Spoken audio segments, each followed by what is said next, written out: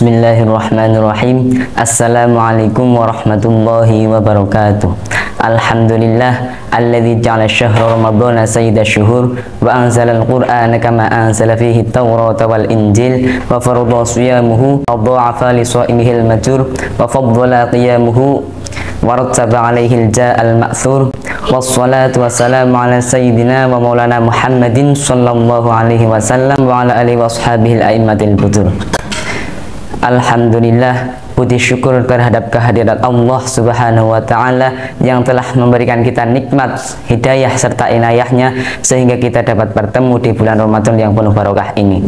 Salawat dan salam semoga tetap tercurahkan kepada junjungan kita Nabi Agung Nabi Muhammad Sallallahu Alaihi Wasallam yang kita nantikan syafaatnya di yaumul qiyamah. Pemirsa rahimakumullah, berpuasa adalah menahan al-imsaku 'ani syai', menahan diri dari sesuatu, dari makan, minum, dan hal-hal yang membatalkan puasa dari terbitnya fajar sampai terbenamnya matahari, sesuai dengan syariat dan ilmu kita, yaitu ilmu fiqih. Kita juga harus senantiasa mawas dari hal-hal yang dapat merusak pahala puasa kita. Pemirsa rahimakumullah, berpuasa juga memiliki banyak manfaat dan juga faidah, dan manfaat dan faidah tersebut akan kembali kepada diri kita jika kita berpuasa dengan baik. Berikut saya akan menyampaikan manfaat dan juga faidah bagi orang yang berpuasa. Di antaranya yaitu satu, berpuasa sebagai sarana untuk bertakwa. Seseorang yang berpuasa ketika ia menahan diri dari kerakusan-kerakusan lalu dia mengharap ridho Allah Subhanahu wa Ta'ala, takut akan azabnya yang pedih, maka berpuasa adalah sarana bagi seorang untuk bertakwa. Sebagaimana firman Allah Subhanahu wa Ta'ala dalam surah Al-Baqarah ayat 183 yang berbunyi, Bismillahirrahmanirrahim. Ya ayyuhalladzina amanu kutiba alaikumus siyamu kama kutiba alal ladzina min qablikum la'allakum tattaqun. Yang artinya, wahai orang-orang yang beriman, diwajibkan atas kamu untuk berpuasa sebagaimana diwajibkan atas orang sebelum kamu agar kamu bertakwa. Selanjutnya yang kedua adalah berpuasa sebagai sarana untuk bersyukur.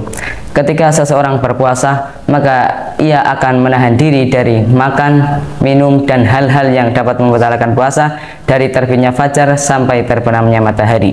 Sehingga ketika ia berbuka puasa, maka dia akan merasakan nikmat yang sangat luar biasa pada minuman yang melepas dahaga, serta merasakan kenyang setelah lapar seharian, sehingga dia dapat bersyukur kepada Allah Subhanahu wa Ta'ala. Maka puasa adalah sebagai sarana untuk bersyukur. Kemudian yang ketiga adalah puasa sebagai sarana untuk menaklukkan amarah dan mengekang hawa nafsu. Ketika seseorang berpuasa, maka dia akan merasakan lemah dan lesu karena lapar dan haus, maka akan lemah pula hawa nafsu dan amarahnya. Sebagaimana diterangkan dalam kitab Tanbihul Ghafilin tentang penciptaan akal dan nafsu. Ketika Allah Subhanahu wa Ta'ala menciptakan akal, Allah Subhanahu wa Ta'ala berfirman, wahai akal, menghadaplah engkau. Lalu akal pun menghadap kepada Allah Subhanahu wa Ta'ala. Kemudian Allah berfirman lagi, wahai akal, berbaliklah engkau. Lalu akal pun berbalik. Kemudian Allah berfirman, wahai akal, siapakah aku dan siapakah engkau? Lalu akal pun menjawab, engkau adalah Tuhanku yang menciptakan aku, dan aku adalah hambamu yang lemah dan dhaif. Kemudian Allah berfirman, wahai akal, tidak aku ciptakan makhluk yang lebih mulia darimu. Kemudian ketika Allah menciptakan nafsu, Allah berfirman kepadanya, wahai nafsu, menghadaplah engkau. Nafsu tidak menjawab, malah sebaliknya mendiamkan diri. Kemudian Allah Subhanahu wa Ta'ala berfirman lagi, wahai nafsu, siapakah engkau dan siapakah aku?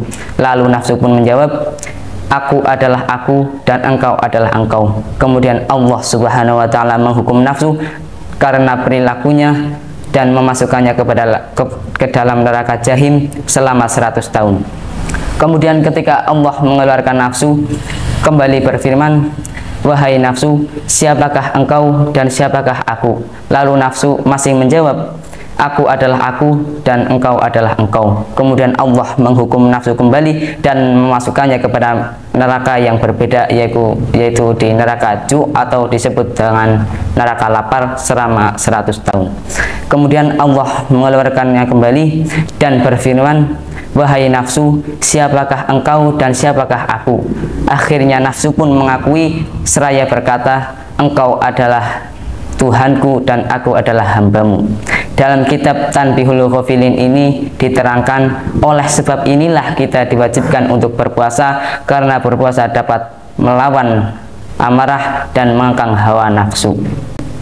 Pemirsa rahimakumullah, itulah manfaat dan juga faidah bagi orang yang berpuasa. Marilah kita jalankan puasa dengan sebaik-baiknya dalam rangka taqarruban ilallah, mendekatkan diri kita kepada Allah Subhanahu wa taala. Mungkin cukup sekian yang dapat saya sampaikan. Terima kasih. Wabillahi taufik wal hidayah, waridho wal inayah, wal afu minkum. Wassalamualaikum warahmatullahi wabarakatuh.